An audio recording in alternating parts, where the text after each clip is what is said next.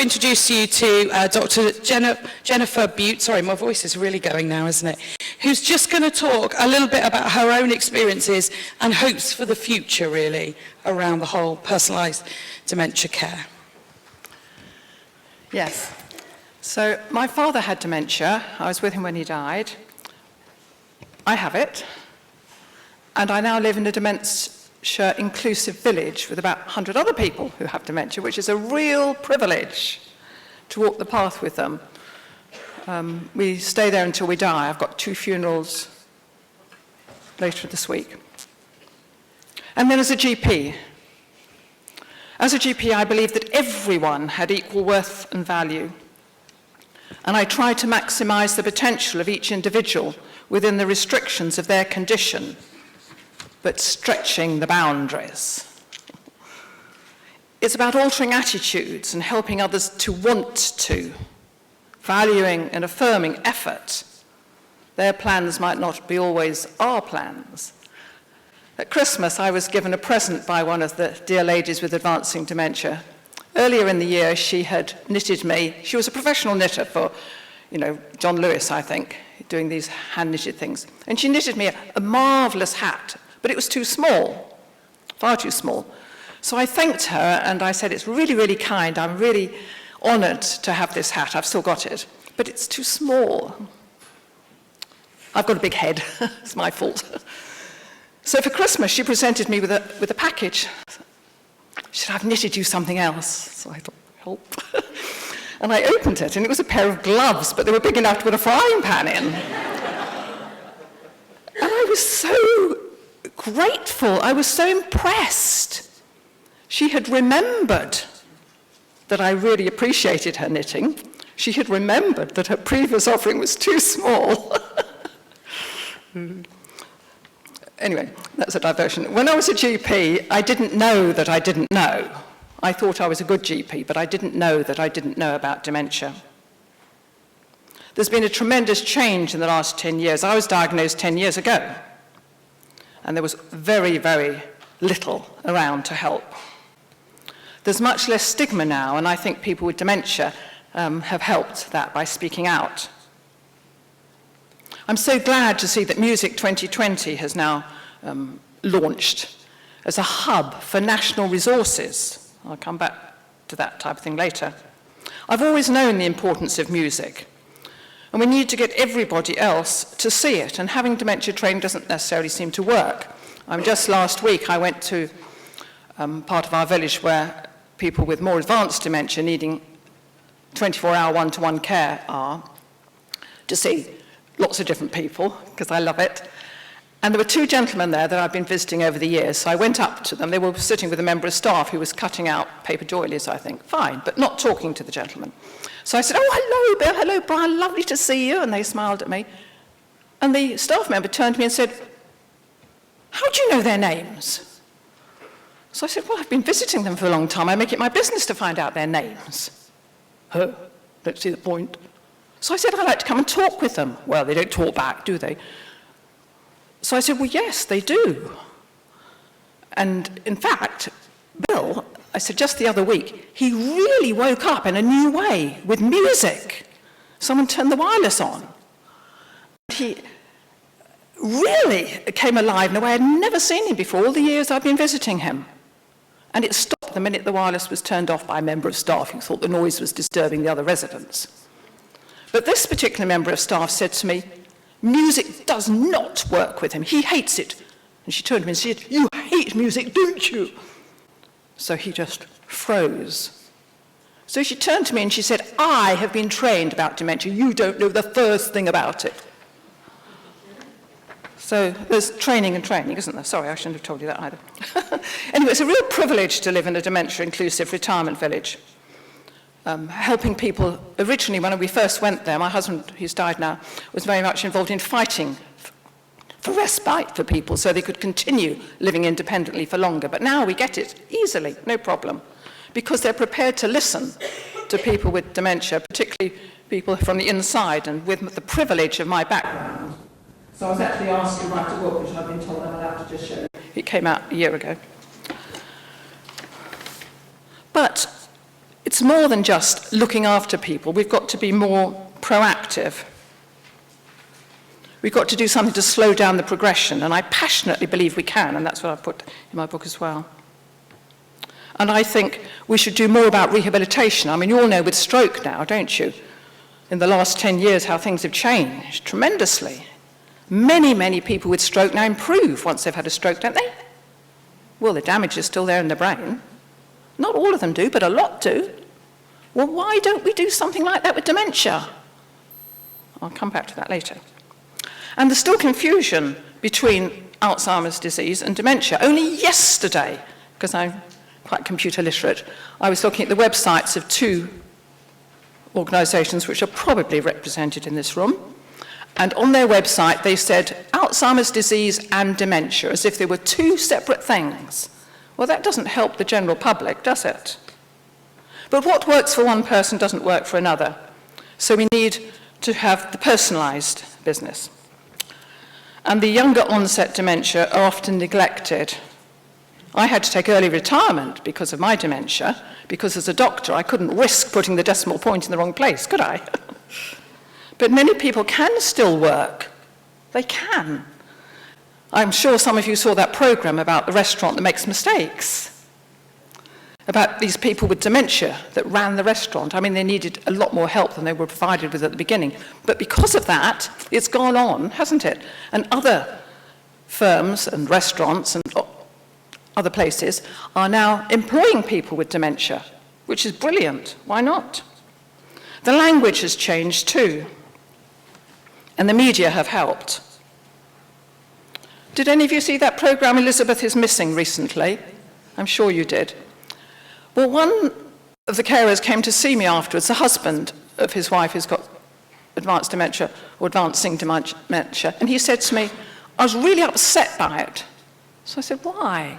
And he said, well, how do I know whether my wife is also trying to address things in the past that haven't been resolved?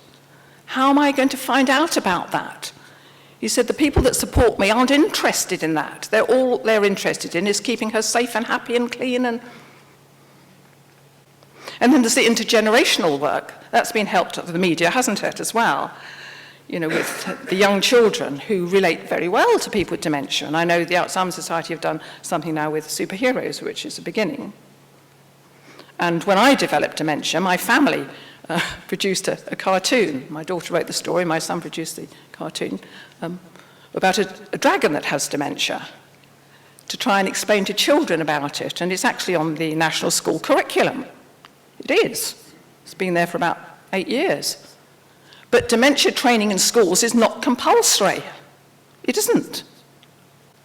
So we've got to start educating much earlier, haven't we? If we ask the wrong questions, we'll get the wrong answers. I was at a conference last year speaking. It was a big conference, and I was asked to have a stall with my resources. I got quite a lot. And the person on the next stall was the manager, the director of a very large cleaning firm. And he had heard me speak, and he said, I didn't know so much of that. He said, but my problem is that my staff don't get dementia training. They're just cleaning staff. But they go into care homes and hospitals and other places, and they meet people with dementia, and they get really upset because they don't know what to say to them. And they come to me or to their managers and say, I don't like working with people with dementia because if I say things to them, it upsets them or they get cross or angry with me. So we talked about it, and I said, explain things, and he said, could you produce a leaflet to help them? Someone who doesn't know anything about dementia, just a small leaflet. And I think you've all got some on your tables now. Yeah, I've put them on the tables, so you should have to. Which is interesting, isn't it? So, had anyone ever thought of that? But many GPs aren't actually interested in doing proactive work or rehabilitation work, and the workers are stretched, and funding is low. I mean, I know the Alzheimer's Society have had to reduce their involvement with one-to-one stuff and encouraging other people who do stuff because the councils have withdrawn their funding. So it's, you know, we need to work together. Can't read it.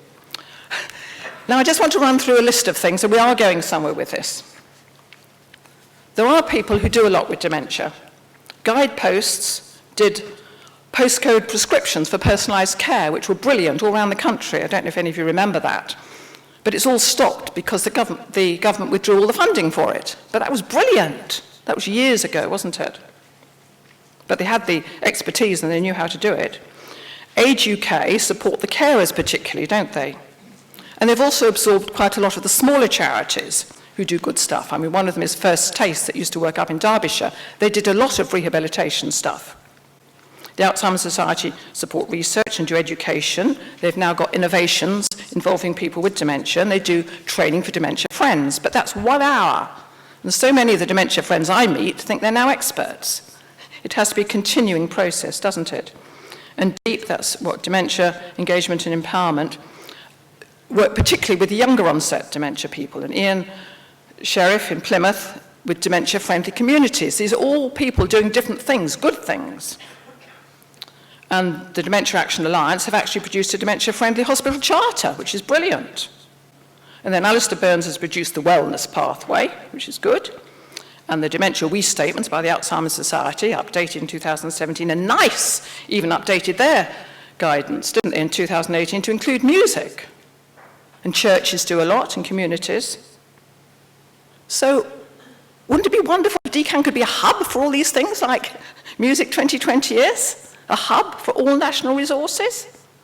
We need one organisation, an umbrella that's neutral, in a sense, that can absorb them all.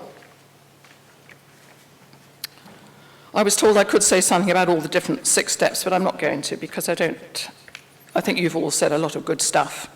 But the problem with a lot of it is the time that's involved. I spend hours, I love it. I spend hours with carers and people with dementia listening to them. And things change. What worked one week doesn't work the next. We have to continually change and update and adapt. Now, I'm a great believer in assistive technology. I know we're not talking about it here now, but I did warn them I was going to say something about it.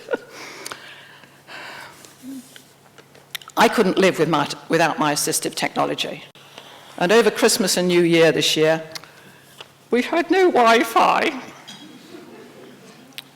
It was awful, awful. My family are abroad, so I couldn't Zoom them, Skype them, FaceTime them, email them. I normally get an awful lot of emails, so in a sense it was a little bit of a rest, except I've got them all to work through since, haven't I? I have Alexa. It didn't work either, did it? To remind me to do things. I was sunk. I have QR codes for scheduling things. Well, they didn't work on my iPad either, did they? Talking watch working, it went bizarre. That was dreadful. It went completely bad. This is a different one. Earlier in the year, it terrified me in the middle of the night when the batteries ran out. All the alarms and messages on it went off at the same time. And I put this on my weekly blog, how it had terrified me. And they said, well, why don't you send it back to the people you got it from? Well, they weren't interested. So people said, well, why don't you go to the manufacturers? So I did. Emailed the manufacturers, and they were brilliant. They were so grateful to have been told about this. They didn't know.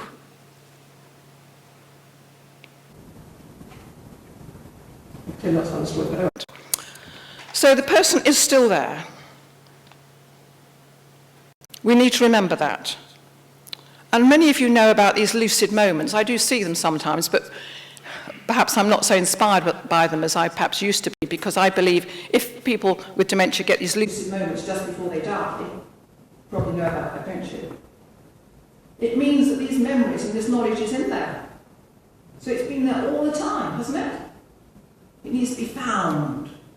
And when I do my lectures on teaching on dementia, I use the analogy of dementia being like in a house, and the front door doesn't work anymore, you've lost the key or it doesn't open for some reason. So people come and visit and ring the bell, no answer, or it's too difficult, so they go away.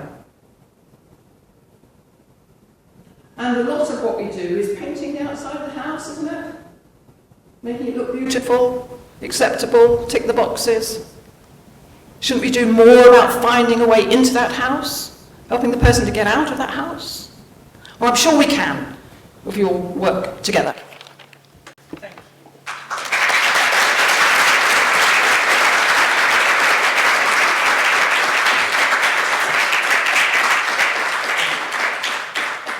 Thank you so much, Jennifer. That was really powerful. So,